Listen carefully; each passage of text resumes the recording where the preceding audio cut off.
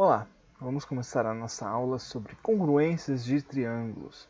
Vamos entender o que significa um triângulo ser congruente a outro e como que a gente pode aplicar isso. Vamos lá? Então, para começar, o que significa congruência?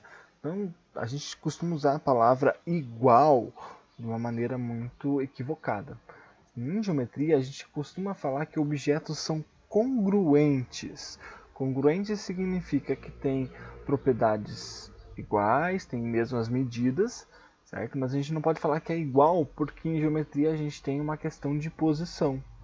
Um ponto não é igual a outro ponto porque eles estão em lugares diferentes. Então, um objeto na geometria, um triângulo, por exemplo, não vai ser igual a outro triângulo porque eles vão estar em posições diferentes. Mas a gente usa essa outra palavrinha aí, congruência, né, para dizer que eles têm as mesmas medidas e tudo mais.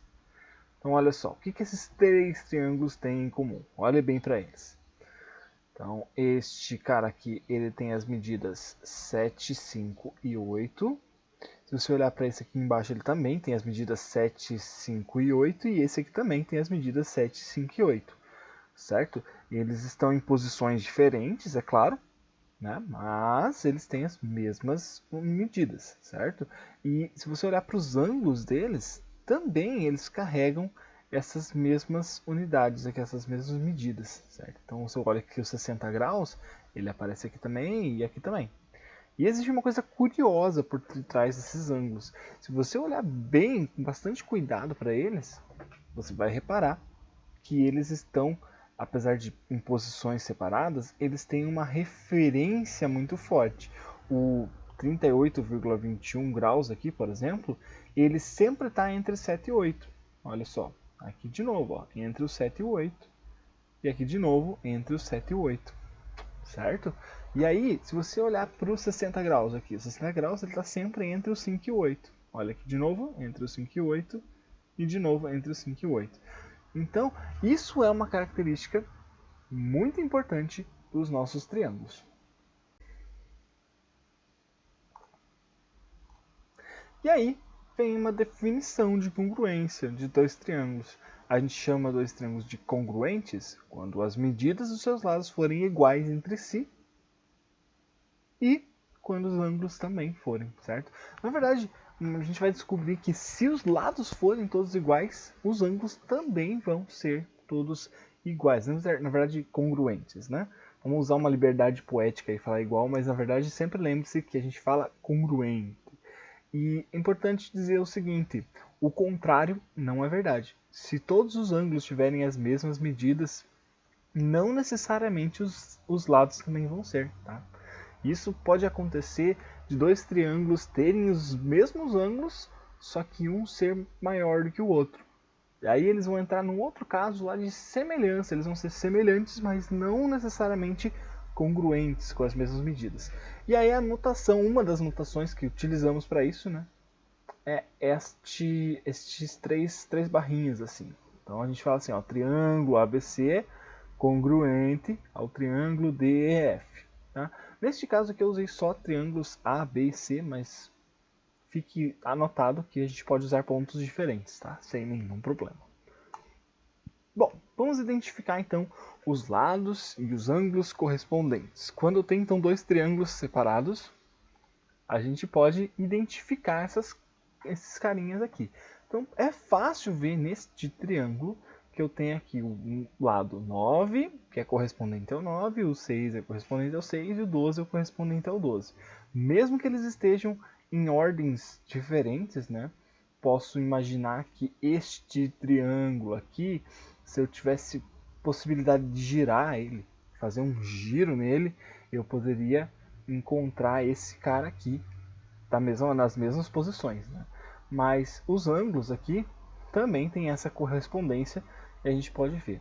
Uma coisa que é importante, a não ser quando a gente vai fazer conta com ângulo, né, que não é tão comum assim, costumamos deixar os ângulos só marcadinhos com essas letrinhas gregas aqui, desse jeito.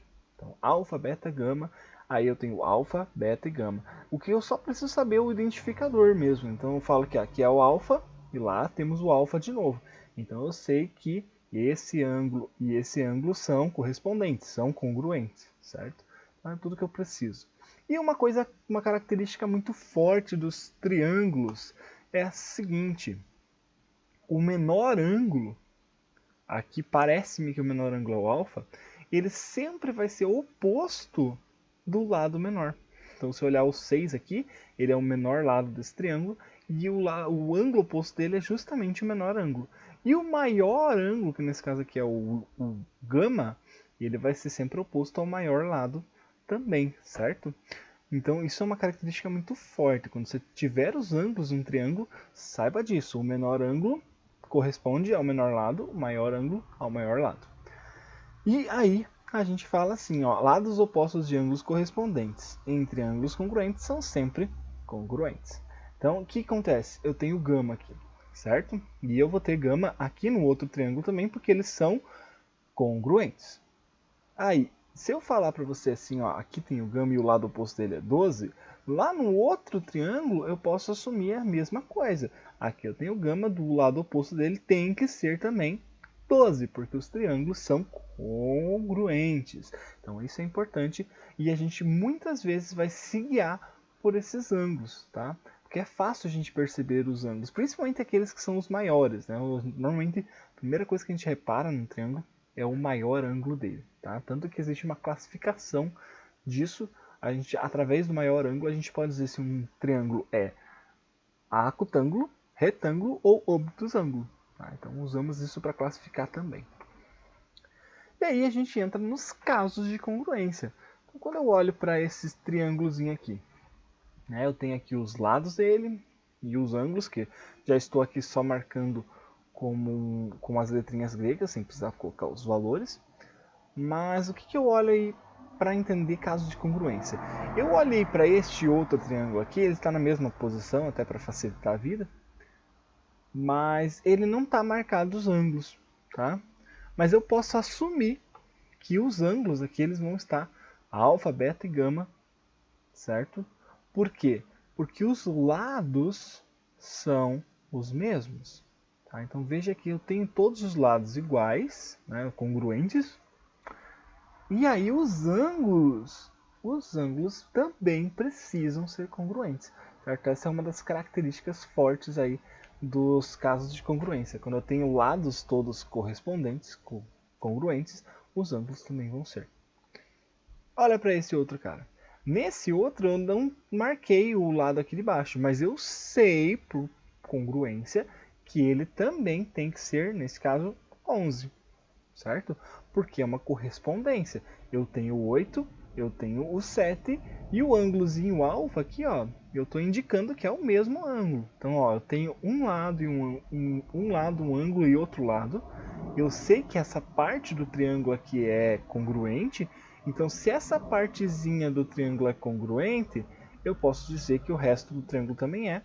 E por fim, a gente tem este outro caso, onde eu tenho só o 8 marcado de lado, e o alfa e o beta. Tá? Então, aí é outro caso que eu também posso dizer, olha, eu tenho essa parte do triângulo aqui, ó, que é um lado e esses dois ângulos, eu estou dizendo que esta parte do triângulo é congruente a essa parte do triângulo, então o resto do triângulo também é. Dá para assumir que esse ladinho aqui vai valer 7 e esse ladinho aqui vai valer 11, certo? Mas temos que então ter algumas regras para isso e vamos nomear as coisas. Começando pelo caso lado, lado, lado, ou LLL para resumir. Quando eu tenho os lados congruentes. Então eu tenho esses dois triângulos aqui. Nesses dois triângulos, eu tenho aqui ó, 9, 12, 16, 9, 12, 16. Só que veja que está em ordens separadas. Parece que como se fosse um espelho, né? Então, o que eu tenho que olhar para esse cara aqui? Eles são triângulos congruentes, por causa deste caso lado, lado, lado. Porém, cuidado, tá? Os ângulos aqui não vai ficar na mesma ordem. Então, esse ângulozinho aqui do B não vai ser congruente ao F. Ele vai ser congruente ao E, certo? Lembra daquele posicionamento, né? Então, olha só, esse ângulozinho ele é o oposto do 9. Aí, esse ângulozinho aqui que é o oposto do 9. Então, este que vai ser congruente a esse. Esse caso lado a lado é particularmente usado quando eu preciso lidar com os ângulos, certo? Afinal, eu já conheço os lados, já sei que os lados são congruentes, então resta apenas os ângulos para a gente fazer conta, né? Então é comum que a gente tenha exercícios ou problemas que tenha um dos triângulos tem os ângulos e o outro não tem. E a gente tem que descobrir, vamos dizer assim, essas incógnitas. Às vezes envolve um pouquinho mais de álgebra que isso, né? Mas basicamente eu tenho que fazer essa correspondência. Ó. O x é o maior ângulo aqui, certo? Porque ele está oposto ao 16. Então, ele é o 98,25. O y ele é oposto do 12, né? Então aqui é o oposto do 12, tem o 47,92. E o z aqui, ele é o menor ângulo, oposto ao 9. Então, oposto ao 9, 33,83. Pronto, bem simples, né? Que outro caso a gente tem? Lado, ângulo, lado, ou L a L. Nesse caso, eu estou assumindo o seguinte, eu tenho um lado correspondente a outro, certo? Então, 12 ou 12. Um ângulo em seguida, então 33,83 e o 33,83. E outro lado em seguida, certo? Nessa ordem especificamente. Lado, ângulo, lado. Tá? Então, o ângulo entre dois lados. Então, eu estou assumindo o seguinte, ó, o 33,83 ele está entre 12 e 16. E aí eu tenho um outro triângulo, tá, em outra posição, mas, de novo, o 33,83 está entre 12 e 16. Então, eles são triângulos congruentes, certo? Inclusive, a gente nem precisava saber o valor desse ângulo. Eu poderia ter apenas assim, ó, beta e beta, né? Eu estou dizendo que é o mesmo ângulo através de uma letrinha grega. E para que serve este cara? Normalmente aqui a gente começa a trabalhar um pouco de álgebra. Às vezes eu vou ter um dos lados em cada triângulo, só que indicado com incógnitas. Por exemplo assim, x mais 6, 12 menos x. O que eu sei? Eu sei que esses dois triângulos são congruentes por causa do L a L. Então eu posso dizer o seguinte, ó, x mais 6 é igual a 12 menos x. Certo? Aí eu faço uma equação de primeiro grau, né? Então, passo menos x para cá mais x, passo 6 para lá menos 6, 2x igual a 6 e x igual a 3. Então eu sei que esse valor aqui vale 3. Inclusive posso até dizer, se x vale 3, então isso aqui tem que valer 9. 12 menos 3, 9 de novo. Então aí eu sei até o valor deste lado aqui. Ok? Calcular ângulo já não é tão simples assim, tá, gente? Ângulo, às vezes, a gente precisa até de um pouquinho de trigonometria. Até porque os ângulos eles não costumam ser tão, como vocês viram, eles não são, costumam ser decimais, né? E aí, outro caso, ângulo não agudo, lado e lado. A gente costuma chamar o ângulo não agudo de AR. É uma referência a ângulo reto, porque é o mais comum. Vamos usar ângulo reto, mas também vale para ângulo obtuso, certo? Se eu tenho um ângulo que não é agudo, eu já sei que ele vai ser o maior ângulo, tá? Eu sei por quê? Porque o triângulo ele tem uma propriedade que impede ele de ter mais do que dois ângulos não agudos. Tá? Então, se ele é um ângulo obtuso ou reto, eu sei que não tem nenhum outro e ele vai ser o maior ângulo. Então, eu sei que o lado oposto dele vai ser o maior lado. Então, se eu sei aqui o seguinte, ó, tenho 16 desse lado, eu tenho certeza que o 16 é o maior lado desse triângulo, certo? E aí eu tenho 10 aqui do lado do 106,26 e aqui eu também tenho 10 do lado do 106,26 e de novo o 16 oposto a ele.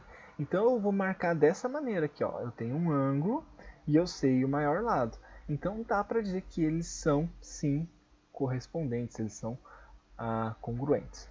Se esse ângulo não fosse agudo, aí eu teria alguns problemas, tá? Porque eu não saberia qual é o maior lado e eu poderia ter algo um pouco diferente para o terceiro lado desconhecido, certo? Então a gente tem que ter esse cuidado aí, tá? Essa propriedade, então, ela é especificamente para ângulos não agudos. Aí a gente não precisa ter aquela ordem do caso anterior. Então, no caso anterior, que era esse aqui, eu tinha lá os dois lados, 12 e 16, e o ângulo entre eles.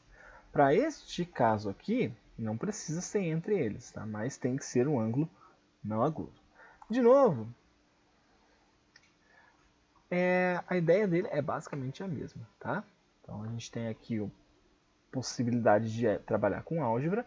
Eu tenho esse 2x menos 4, E aí, olha só, como que eu vou trabalhar com ele? Ele é o lado desconhecido, certo? Lá no outro triângulo, a gente tem o 16 de novo, aí eu tenho 10 e 10.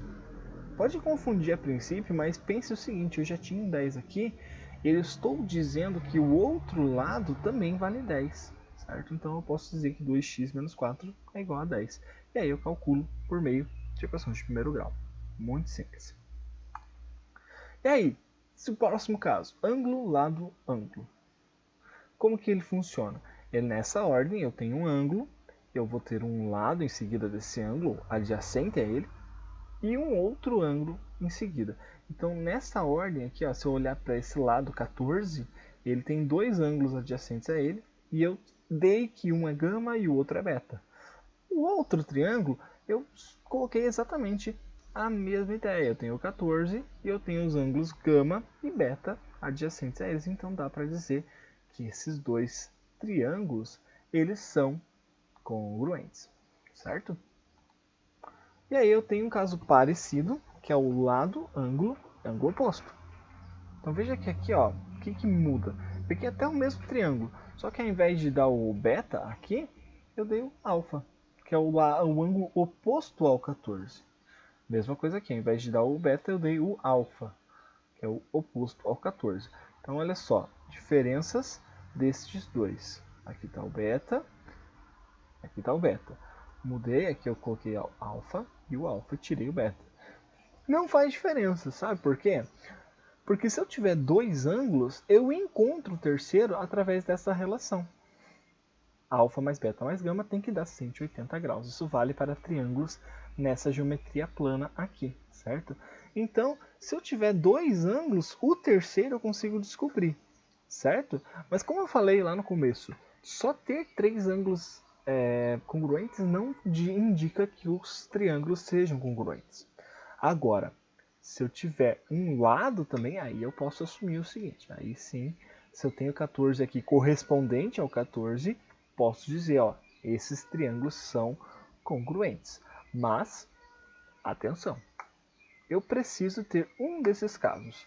Ou é ângulo, lado, ângulo, então o nosso lado teria que estar entre os dois ângulos dados, certo? Ou então eu tenho que ter o ângulo oposto. E aí, se eu tiver o ângulo oposto, ele tem que ter exatamente o mesmo ângulo, certo? Se eu tivesse trocado aqui o alfa e o gama, já não valeria.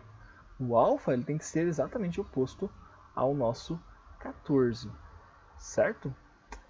Bom, é isso, galerinha. Espero que vocês tenham gostado e eu vejo vocês no nosso próximo vídeo. Até lá!